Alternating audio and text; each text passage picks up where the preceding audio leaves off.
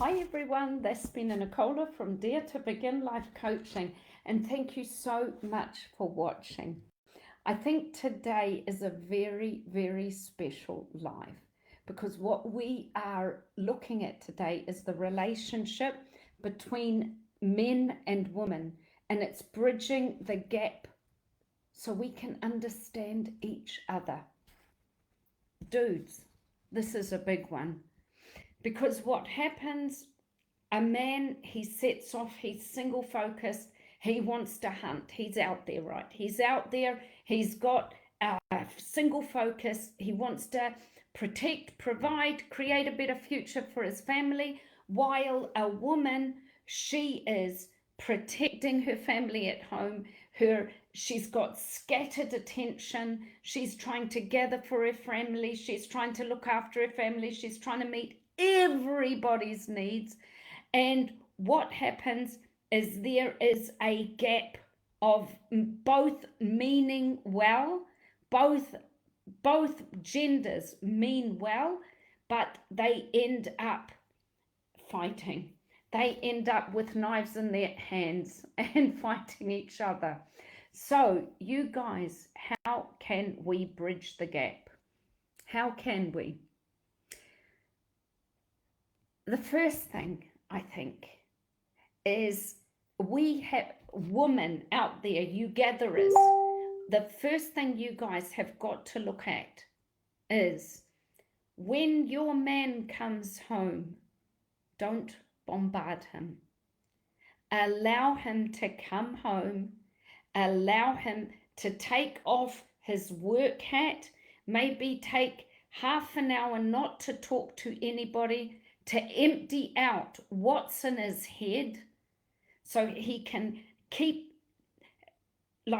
take his attention away from work to home, because a man does not transition like women do.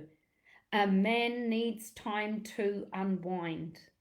That's what Alison Armstrong says. A man needs time to get his work hat off and his hat from home on. And a woman comes up to him and she wants to empty out her basket and tell him all the events of the day, and it just creates this frustration, and a man can't cope with it. So that is the first thing, you guys. It is allowing your man to come home, take off his work hat, which might take him half an hour or so, and put on the hat at home, because when he is single focused all day, he's out there hunting, there is no way when he comes home he can just transition like the gatherer can. A woman has got, she's multitasking all day. A man cannot do that. That's our number one rule. So you guys take that one first. That's our first nugget of the day. Now, there is another 4 things that I want to bring up today about the difference between women and men. It's about skepticism. It's about suspicion. It's about entitlement and having the wrong attitude. So we'll go through each one. Now, first of all, you guys, skepticism. A lot of men, they have good intentions. They really do have good intentions. And often, well-meaning women, because they want to empty out their basket, and a man is in hunting mode, he can't connect to the woman at that time. And he thinks that a man is not hearing her. She thinks that a man is not listening and he's indifferent, but he can't focus like a woman. And so there are certain behaviors, there's certain things that women want and men cannot give it, because he isn't in the mode of giving, because he is in the work mode. He's in the single focus mode. So women become skeptical. They become skeptical. So let's just make up a scenario. We've got Karen and we've got Jake. Karen has some emotional needs, and because Jake is in work mode, he cannot tend to her. He cannot give her what she needs at that moment. He can't give her a hug because he is worried about something that's not going right at work. He can't, now the word for sporisi, he can't, oh gosh, sporisi, a Greek word, I'm thinking of a Greek word now, but he can't give her the attention she needs at that moment.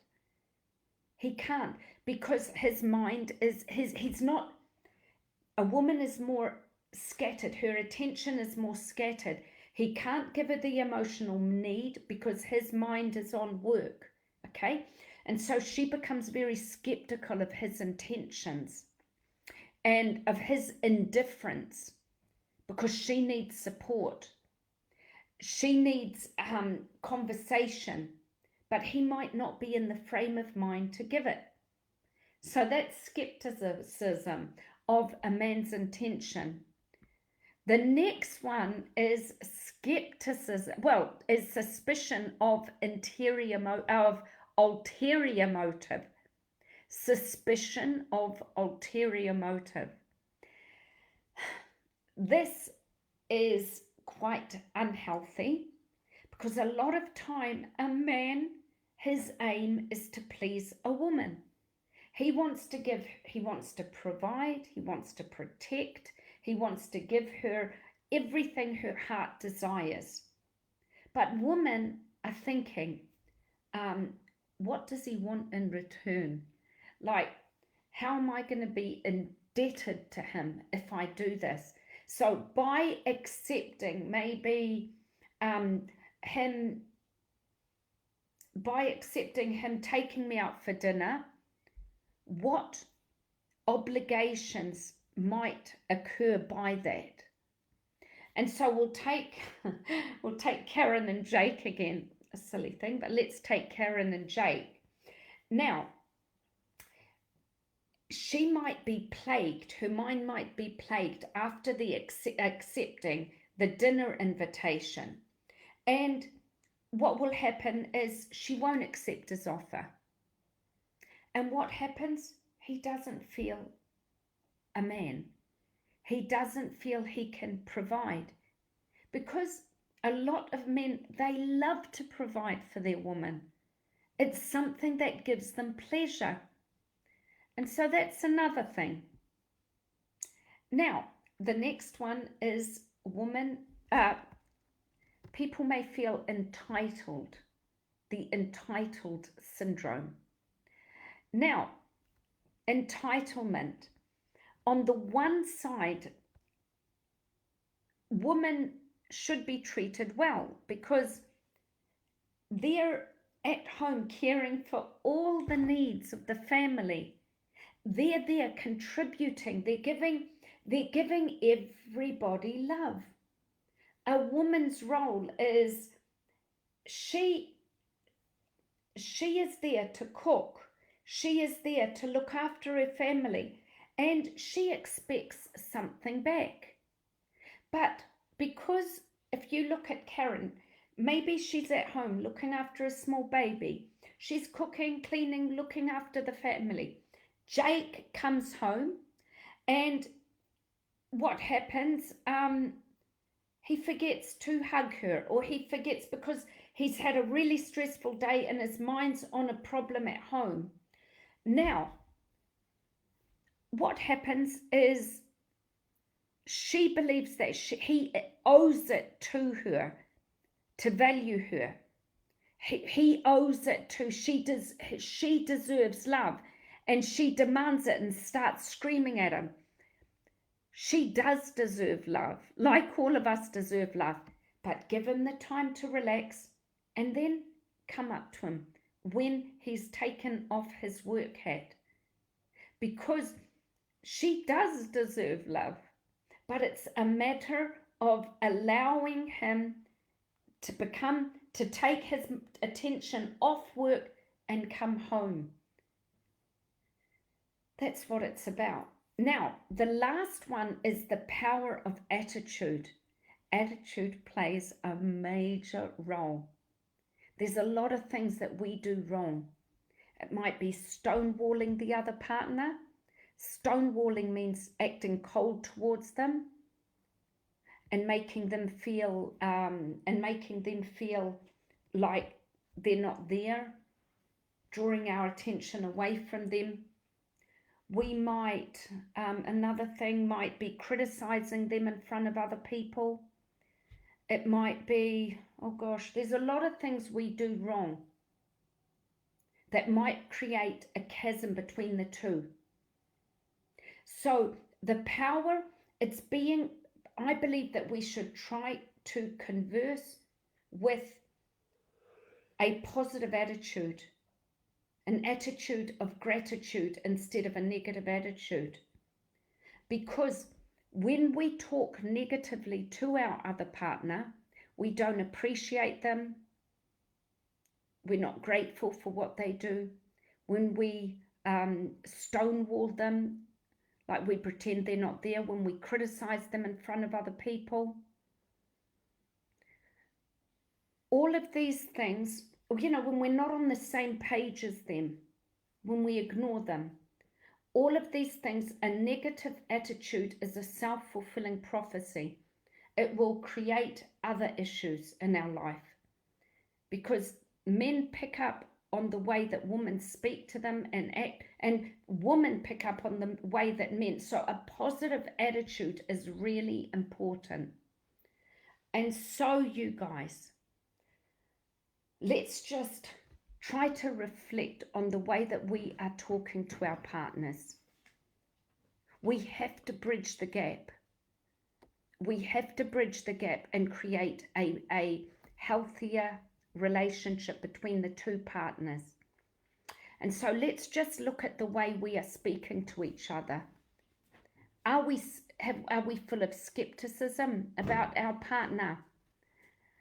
Are we full of suspicion? Do we speak to our partner angrily?